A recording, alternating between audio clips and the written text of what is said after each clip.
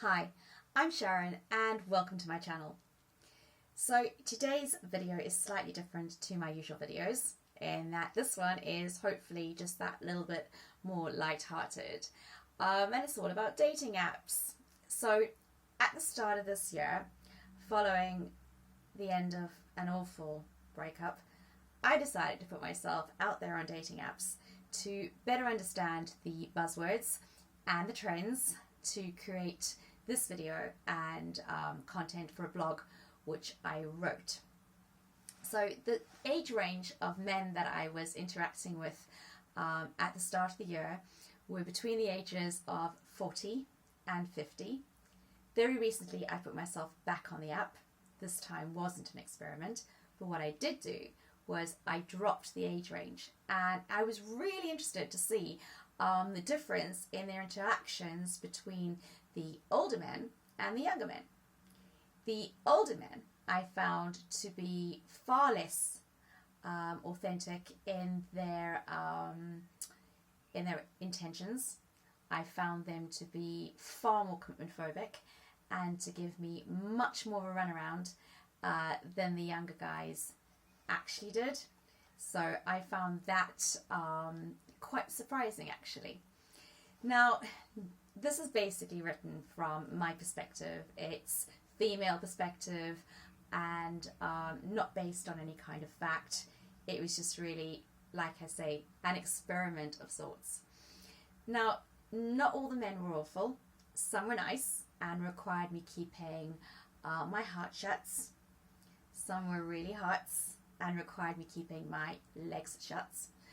And some were really annoying and required me keeping my mouth shut. Through all of this, however, I did manage to perfect my poker face from having to contend with and listen to a lot of bullshit and lies and false promises. However, I was also irked. I did the irking. I was ghosted.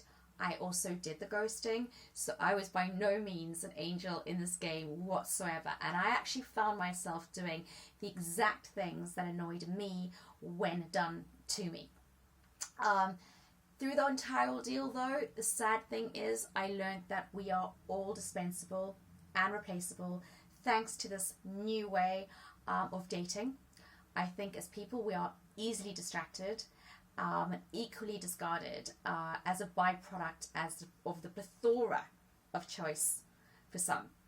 I think there's a propensity to think that something better will come along, and for most of us we don't want to lose the chance with the one or the ones we found or collected, or the people that we are simply enjoying the attention of. Often there is no intention to follow through, and I think at times we are just plain cruel when it comes to this dating game. Like I said, this is mainly female perspective, but judging from the conversations I've had with men, I think these behaviors are quite similar though for both sexes. As one guy put it, who was actually one of my dates, he said it's a bit like shopping on Amazon. So basically we keep people aside in the shopping cart, remember this is all online, just in case we see something nicer, and this made me laugh, cheaper, that we like. So we may purchase something only to discard it a few days or weeks later in favour of something that maybe we've kept in reserve.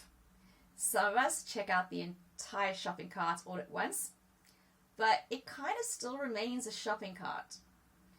So for me, the experience was, when something like this, I'll just give one example, because what I found was most of these relationships started out really fast, loads of false promises, crash, burn, and it seemed to be one after the other after the other.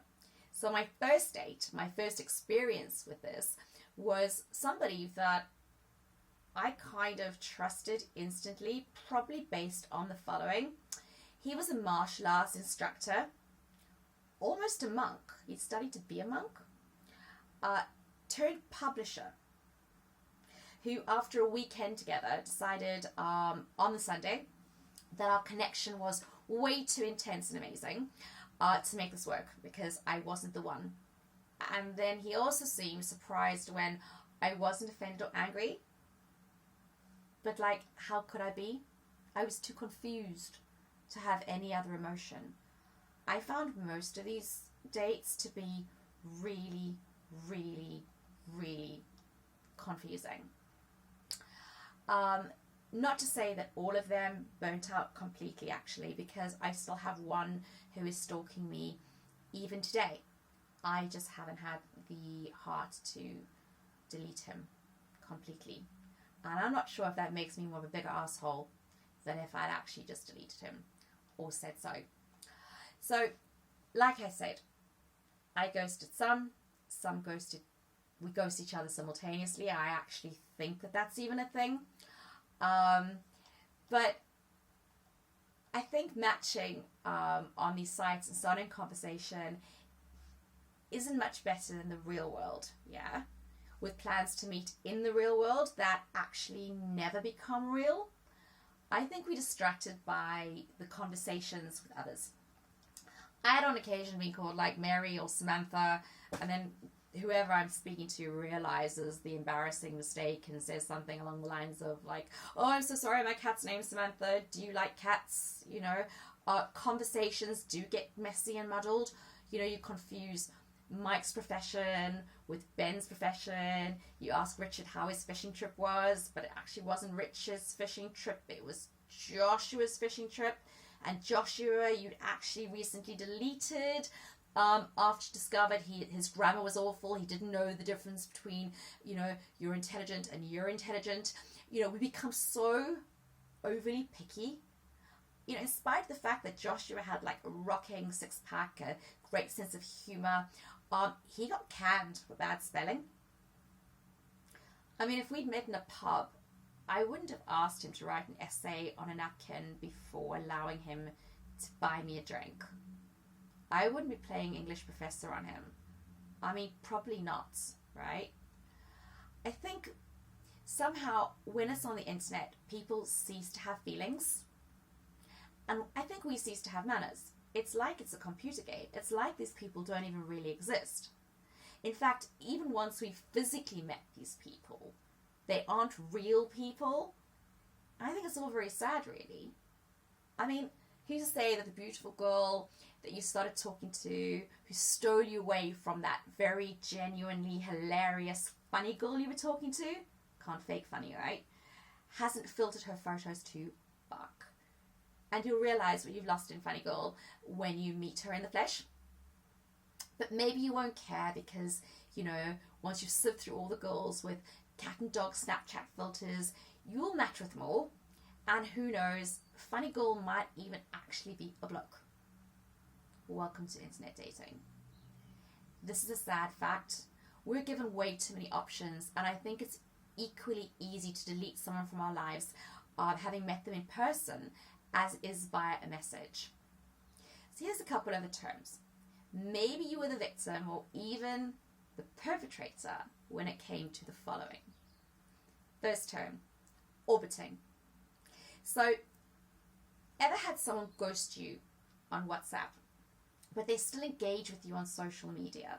Likes the post of you with another girl as if to say, I'm not jealous, I'm not into you, I'm just fucking weird because I seem to care enough to like your pictures. It's a mind game, people. They do not want you to forget about them, but they don't really want you either. Next term I have for you is called curving. And this is a new way to reject someone. This is how to let someone down without actually saying, I'm just not that into you. It's rejection with a smile, yeah? Instead of actually ghosting you, the curver will simply reply to your message days later. And the reply will have a weak excuse attached to it, like, you know, but it's strong enough still, the excuse, to make you think that maybe they still like you, you know? And then you send a further text to be ignored in the same manner, and so on and so forth. All right, nobody is too ill or too busy to send a reply text. There are 24 hours in a day. Next term, bird boxing. So this is taken from the film with Sandra Bullock, where she's struggling to get through her days wearing a blindfold. So the concept of bird boxing refers to when love is blind, and so are you as to how shit the person you are dating actually is. Next term is breadcrumbing. So this is taken from the fairy tale Hansel and Gretel. It's literally giving you breadcrumbs, which is their attention, of the whole loaf, which is them. And this is done by simply keeping you around while they keep their options open. I keep you in reserve, so to speak, and it's cruel. You can imagine the text, what you up to, with no follow through, or you look so beautiful under an Insta post, or simply just a Facebook like or a poke, to having your WhatsApp messages, your voicemails, your usual text, emails, etc. ignored. It keeps their ego afloat while you still engage. So basically, people, it's mean. It's just plain mean. Okay? Next one we have is bumming. Now, we're not ghosting here. Bumming is when someone reads your message but doesn't reply. So they reply basically when the message is interestingly enough or they can be bothered. So it's rude and egocentric behavior. They too will have a poor excuse, like to the tardiness of their reply. Sorry, I was in the shower. 17 hours? Who showers for that long? Zombieing. Did they actually die? No. They've ghosted you, but not forever. So just when you realize you've been blocked and deleted from their lives, even though the sex was great, you made a mean roast, they suddenly reappear from the dead. With, you guessed it, a poor excuse. I've been stuck at the office for 3 weeks in the cupboard where they keep the toner for the photocopier. Yeah? How? And this is usually followed by, hey, let's do drinks. It's as if they hadn't vanished for 3 weeks. Next term we have is kitten fishing. So this is the tamer baby version of catfishing, in that it's only a tad bit less harmless. So instead of creating a whole new identity, the kitten fisher upgrades their current one. So, for example, in it, the girl will look heavily edited. She will look 10 years younger because she has heavily edited her photograph and made herself look like an Italian model. Yeah. Or he's posing next to his Ferrari that actually isn't his, might belong to somebody else, or he's parked outside a restaurant, belongs to the owner. He's leaning on it. Click. My only question is, like, when you finally meet them and want to spin in the Ferrari or spend 30 minutes scanning the bar for your date, won't it become obvious? I mean, next term is cookie jarring. So if you're being dated as a reserve person behind the back of the actual person, you're the victim of cookie jarring. But nobody wants to be backup, right? They're keeping their options open. Close your hearts, close your legs, and only open them to run away. Term prowling. So in this instance, they're also treating you like backup while they're busy playing the field. So you're dated a few times with loads of interest, and then they simply vanish and ignore you. I think we've probably all been there. But they're not as cruel as to delete you. They then reappear saying how much they've missed you. This one's really hurtful. It's a bit of a roller coaster. It didn't work out with person A. Don't be person B. Life is too short for that shit. Instagram standing is the next one. Now, if you find yourself tailoring your Instagram feed to impress someone else and capture this intention, this is essentially what you are doing. I think we're all guilty of this at some point. If you know they'll like your posts of, say, you in a bikini, or not like the post of you with another bloke, or you're suddenly posting everything on a Tuesday because that's their most active online day. Basically, people, it's attention seeking. Most people are guilty, however, like I said, of this at some point. These are just some of the terms. I'm going to say it's rough out there. And I don't think it matters if you're 25 or 45. People will still be assholes. So know the jargon and recognize when someone is playing with you. But equally, take notice when you're doing the toying with. Good luck out there. Have fun.